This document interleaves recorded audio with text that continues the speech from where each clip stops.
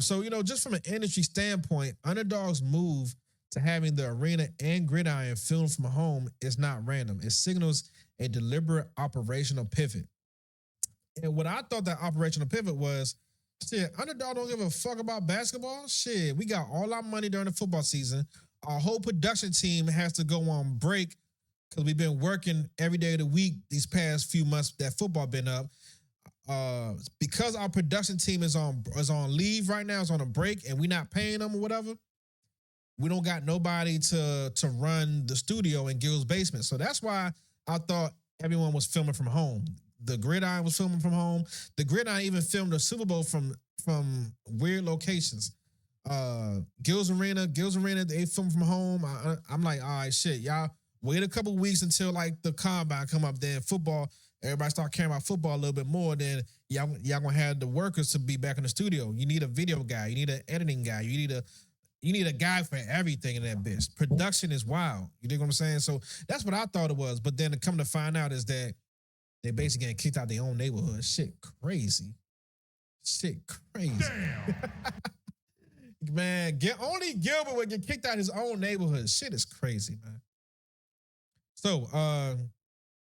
So media companies often shift to remote setups when you're trying to reduce production or overhead. That kind of goes with what I said. You're reallocating budget. It's kind of what I said.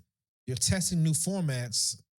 I don't think that's going to work. When you already have a set format of Gils Arena, nobody want to go to where they at right now. Or they could be navigating internal restructuring or bandwidth constraints. So that's something that we don't know as well. But this is a classic lean content cycle is what they call it, where the company prioritizes volume and speed over studio polish. So they know, especially for the Gils Arena, you don't matter if they shooting behind a trash can. Don't matter if they shooting on a school bus. They gonna get their views, bruh. So this is a way to still get your production and views and ads, but lowering costs when it comes to production wise, when it comes to paying for the guys in studio all the time. You could pay an editor, you could pay a bunch of editors, but we gotta pay a bunch of editors on top of all the niggas in the studio real time, 9 to 5. That overhead, man, that money becomes too much. And it's like, damn, as a company, shit, we could be saving this shit.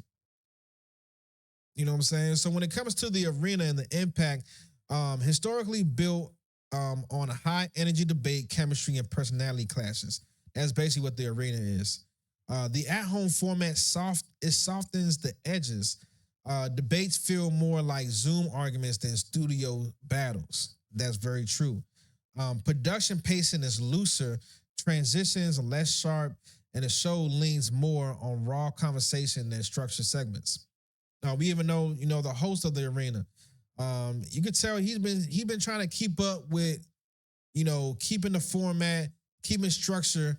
But when you're remote, it's still an element that you're just not going to be able to overcome. It also says this can be a strength if the hosts are naturally charismatic, but it risks losing the event show feel of the arena. Now, for Gridiron, as a football-centric show, it traditionally benefits from film breakdowns, graphics, and structured analysis. The remote format limits those tools, pushing the show toward a podcast-style discussion.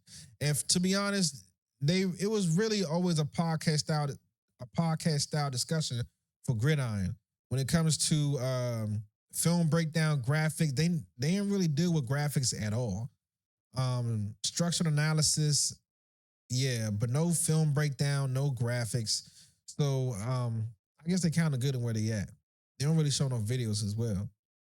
The insight is still there, but the presentation is less authoritative and more conversational. For hardcore NFL fans, this can feel like a downgrade. For casual fans, it may feel more accessible, right? Let's see. So as far as the host dynamics, hosts tend to be more relaxed at home, which increases authenticity but decreases intensity. Crosstalk and timing suffer without studio cues. Personalities become the primary driver of engagement, not set design, not graphics, not pacing. Shows become talent-centric rather than format-centric. it's also a double-edged sword because if the hosts are strong, the show thrives. If not, the cracks show quickly. So what this means for the brand? Like, let's take a look at what it means for the brand. Underdog built its media identity on bold takes, fast-paced debate, high energy personalities, a modern polished aesthetic. The shift to at-home production signals a temporary identity drift. Less polished, less structure, more raw conversation, more YouTube podcast energy, if you would say. This could be a strategic bridge to something new or a sign for internal bandwidth constraints.